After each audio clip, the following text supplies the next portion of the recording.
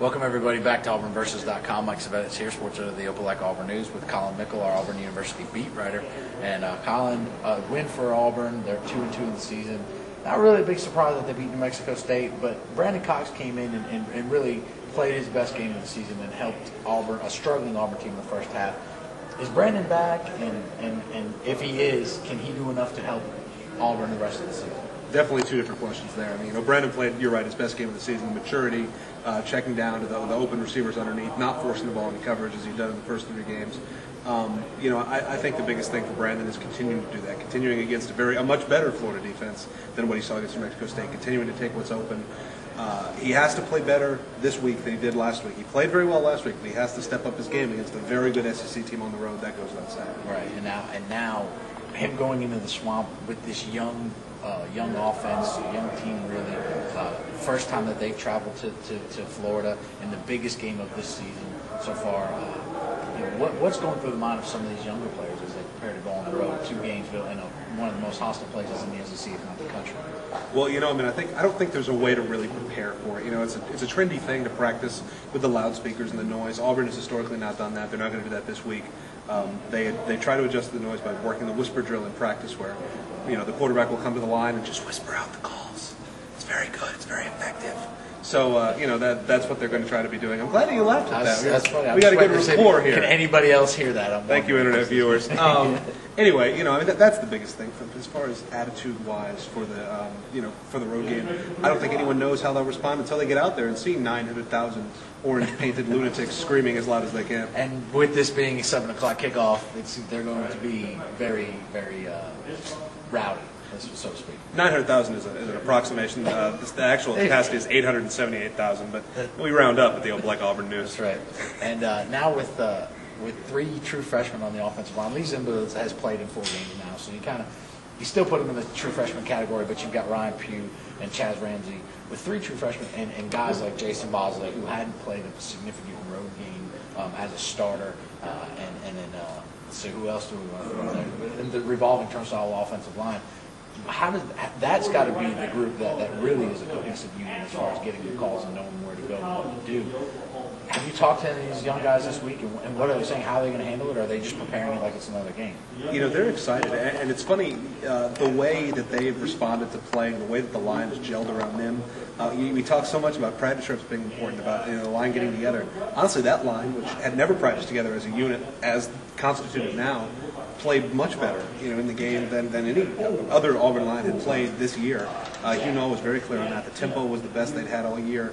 The enthusiasm of those young guys, really, you can't overstate it. Their willingness to get downfield and get on blocks in the second and third level of the defense is huge. And for whatever reason, it was an element that was missing from the Auburn offensive line that is now there. That's why those guys are in there now, and that's why they'll stay in there until further notice. Tommy Tuberville said today in his press conference they're not very. What did he say? That at linebacker they're very thin when it comes to injuries. They're not looking good at linebacker because of all the injuries. Talk about some of those injuries and who's going to be back. They're going to need linebackers this week against Florida and Tim Tebow. I mean, they're extremely thin. They're Kate Moss thin. There's a timely reference, internet viewers. Nice. Was this 1992? You're watching this on Ally McBeal, or was the Ally McBeal reference? Anyway, but no, linebacker is a serious problem. Trey Blackman has been practicing. He's practiced, at least we've been told he's practiced each of the last 3 weeks and hasn't been able to get in games.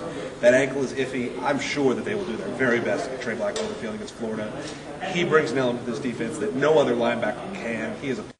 He has something that no other Auburn linebacker has. They need more production out of the linebackers. They're going to play Brock there.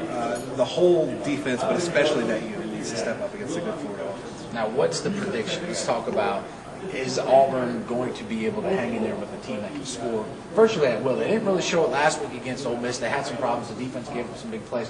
But Tim Tebow in this offense has been averaging, before last week's game, 50-plus points per game. Is Auburn's defense going to be able to stop that? And is Auburn's offense going to be able to score with Florida's offense? Well, Tim Tebow is a baby rhino.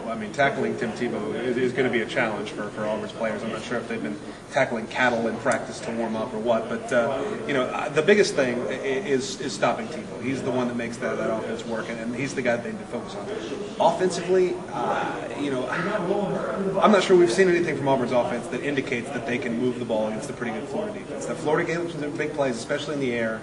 Their pass defense is a little suspect, but That has not been the strong point of Auburn's offense to this point. I think obviously that's a critical matchup. The wide receivers have to be better. Brandon has to be better for Auburn to have a chance. They have to exploit them, especially the middle of the field and free safety Kyle Jackson. They have to get downfield and make plays. Predictions.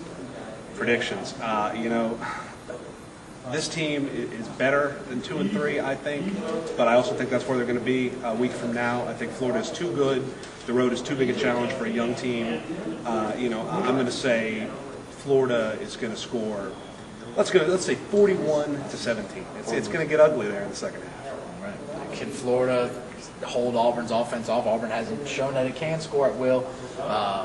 So it's going, and obviously they're going to have to score with Florida. And, this won't be a 7-3 ball game.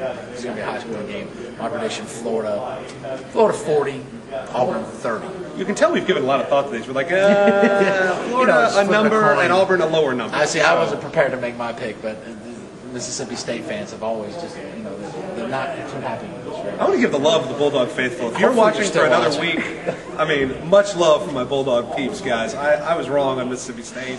3-1 Mississippi State, and I apologize from the bottom of my heart. I blame Mike. It's my fault, but Collin was right again about South Florida beating Auburn. He doesn't like to gloat, so I'll gloat for him. Thank you for watching Auburn versus. They haven't tuned out by now. We just do our shtick, our Laurel and Hardy shtick here. All right, guys. We appreciate you watching AuburnVersus.com. Mike Szvetitz with Collin Mickle. We'll see you next week. See how they did against Florida. Tune in next week. Thank you.